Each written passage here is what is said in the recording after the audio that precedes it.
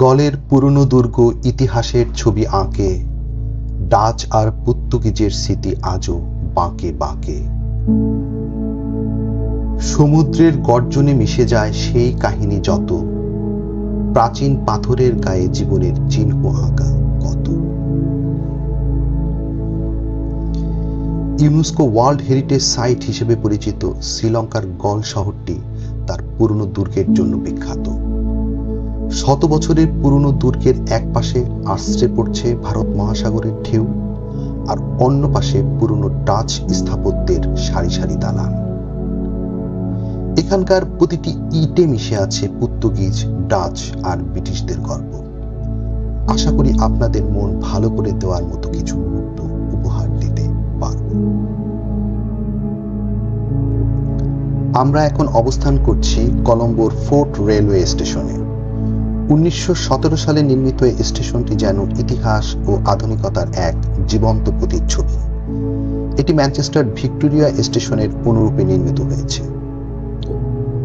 শ্রীলঙ্কার কলম্বো থেকে অন্যান্য শহরে ভ্রমণের গল্প এই স্টেশন থেকেই শুরু হয়, আর আমরা যাত্রা করছি শ্রীলঙ্কার গল শহরে।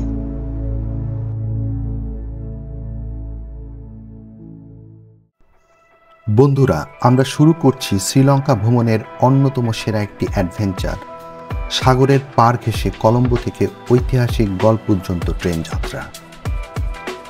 এটি যেন এক রূপকথার জগতে প্রবেশ করা।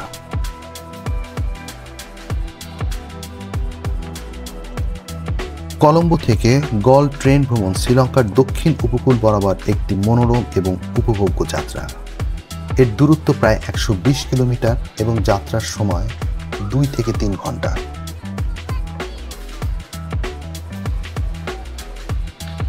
পৃথিবীর কোথাও সমুদ্রের পার ঘেঁষে ট্রেন ভ্রমণ আছে কিনা আমার জানা নেই।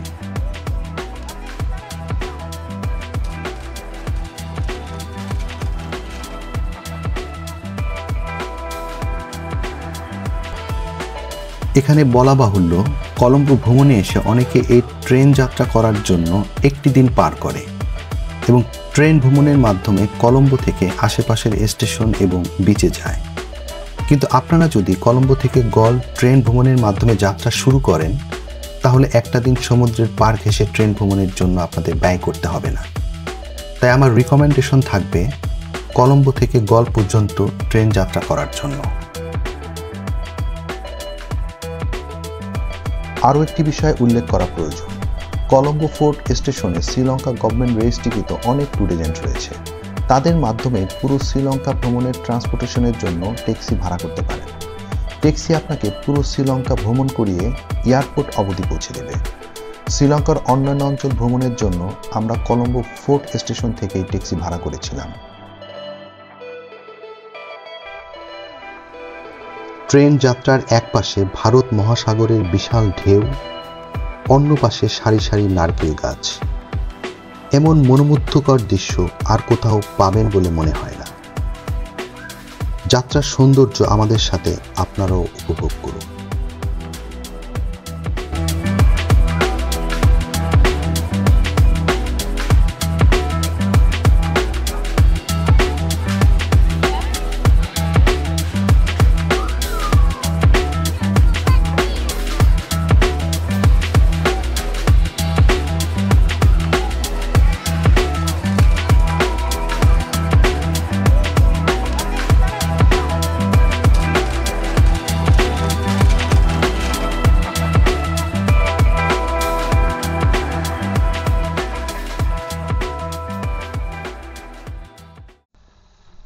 বিকালের দিকে আমরা গল রেলওয়ে স্টেশনে এসে পৌঁছালাম।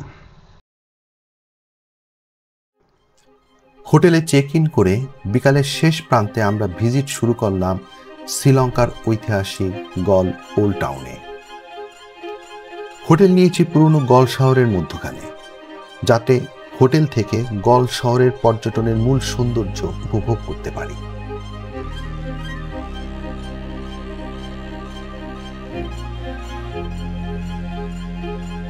গল ওল্ড টাউন 1600 শতকে পর্তুগিজদের দ্বারা প্রতিষ্ঠিত হয়েছিল এবং পরে 17 শতকে ডাচদের দ্বারা সংস্কার ও সম্প্রসারিত হয়েছিল।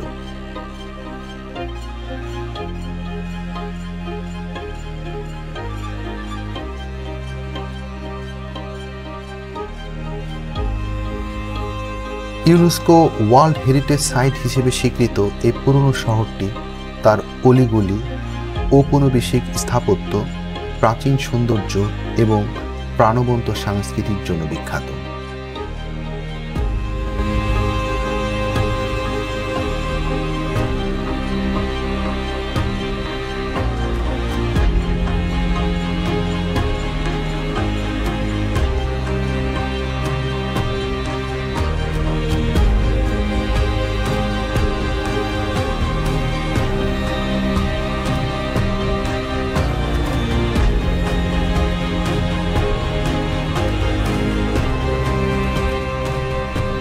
ঐতিহাসিক গুরুত্বের জন্য এটি পর্যটকদের কাছে অত্যন্ত জনপ্রিয়। এখানে আমরা হেঁটে দেখব পুরনো শহরের প্রতিটি কোণ এবং ইউরোপিয়ান স্থাপত্যশৈলী। যারা কখনো ইউরোপে যাননি তারা গল ওল্ড টাউন ভিজিটের মাধ্যমে পুরনো ইউরোপের প্রত্যক্ষ ছোঁয়া অনুধাবন করতে পারবে।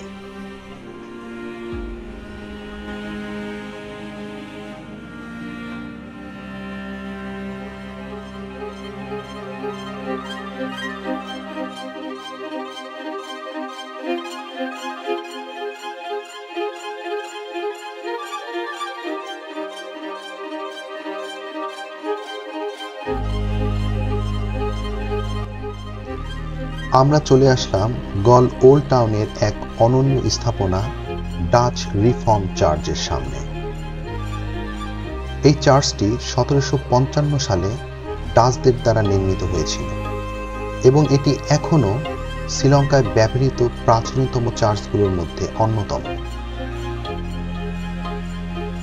চার্চটিকে দুর্গের তৃতীয় ভবন বলেও মনে করা হয়।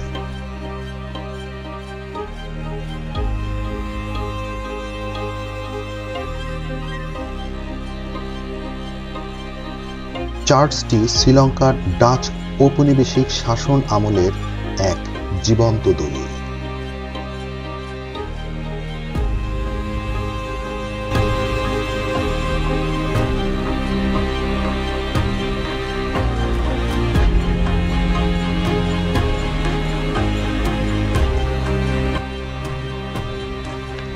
গল ওল্ড টাউনের ভিতরে রয়েছে প্রচুর সুভিনিরের দোকান, রেস্তোরাঁ এবং ক্যাফে। রাতের বেলায় সব যেন জীবন্ত হয়ে ওঠে। রাতের বেলায় আপনারা রেস্তোরাঁ এবং ক্যাফেতে স্থানীয় খাবার উপভোগ করতে পারেন এবং সুভিনির শপে স্থানীয় শিল্পকর্ম দেখতে পারেন।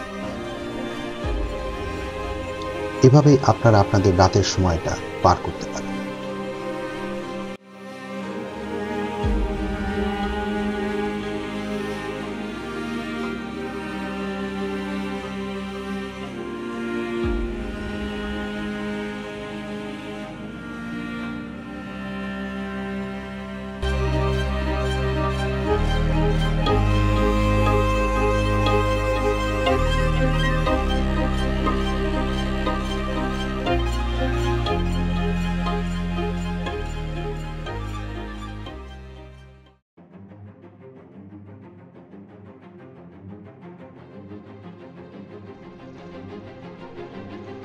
খুব ভোরে আমরা ছুটে গেলাম গল শহরের মূল আকর্ষণ গল ফোর্টে।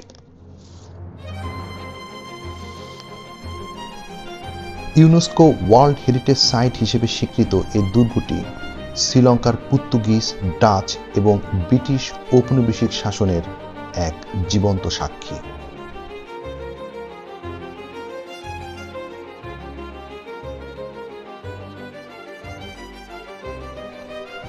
প্রথমে জেনে নেই গল ফোর্ট দুর্গের নির্মাণ ইতিহাস।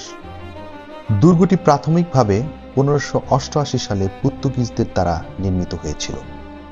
ডাচরা 1640 সালে এটিকে দখল করার পর কাঠামোটিকে উল্লেখযোগ্যভাবে প্রসারিত এবং সুরক্ষিত করে।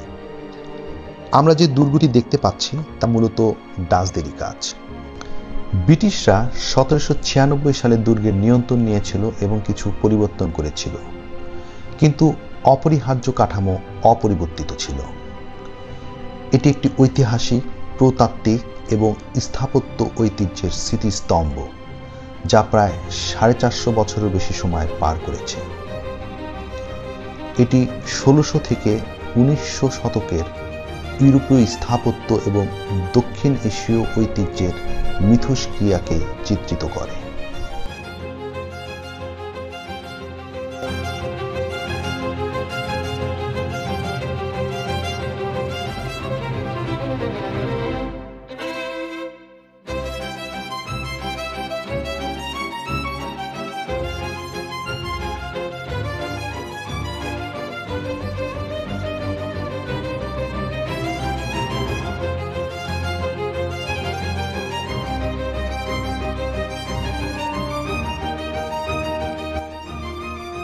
দুর্গটি প্রায় 3 কিলোমিটার পর্যন্ত প্রসারিত বিশাল পাথরের দেয়াল দ্বারা বেষ্টিত। এই দেয়ালগুলি বহিঃশত্রুর আক্রমণ এবং সমুদ্রের জলোচ্ছ্বাস থেকে প্রতিরোধ করে। দুর্গ থেকে ভারত মহাসাগরের মনোরম দৃশ্য উপভোগ করা যায়।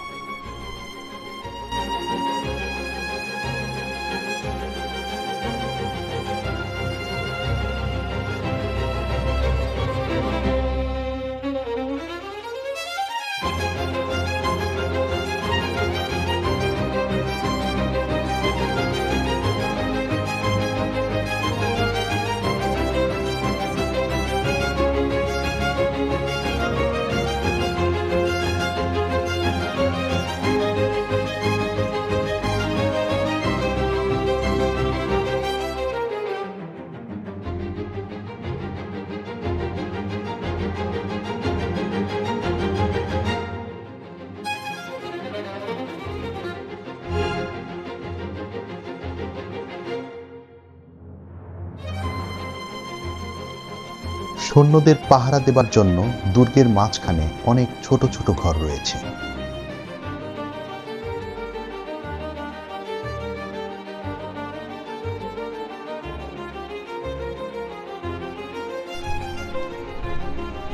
দুর্গের প্রথম অংশে দক্ষিণ পূর্ব কোণে একটি লাইট হাউস রয়েছে।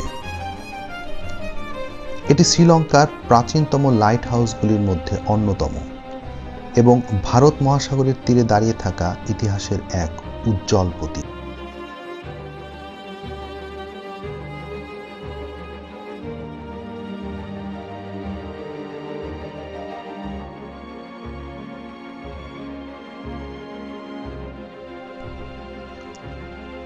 লাইট হাউস নীল সমুদ্র আর ফোর্টের পুরনো দেয়ালের সমন্বয়ে অসাধারণ ফটোগ্রাফির স্পট তৈরি করেছে।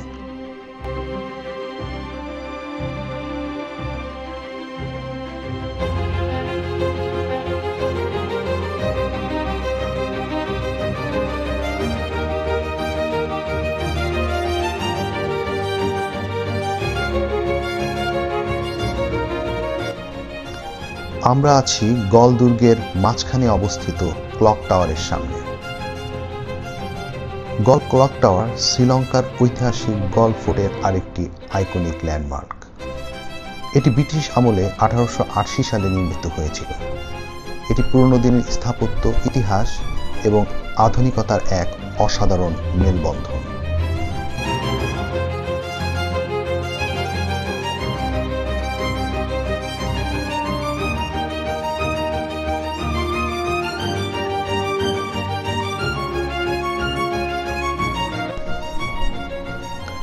গল ক্লক টাওয়ারের পাশ থেকে শ্রীলঙ্কার বিখ্যাত গল ক্রিকেট স্টেডিয়াম দৃশ্যমান হল।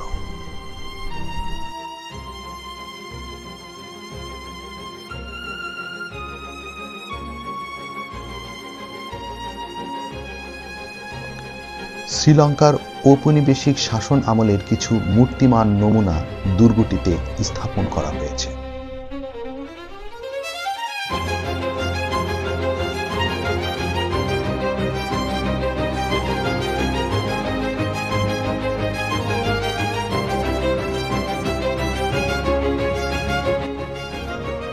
গল ফোর্ট ভিজিটের মাধ্যমে সাগর এবং পুরাতন ইউরোপিয়ান স্থাপত্যের অবারিত মিলবন্ধন দেখে আমরা শ্রীলঙ্কার গল শহর ভ্রমণের ইতি টানলাম। ভিডিওটি ভালো লাগলে চ্যানেলটি সাবস্ক্রাইব করে আমাদের সাথে থাকুন।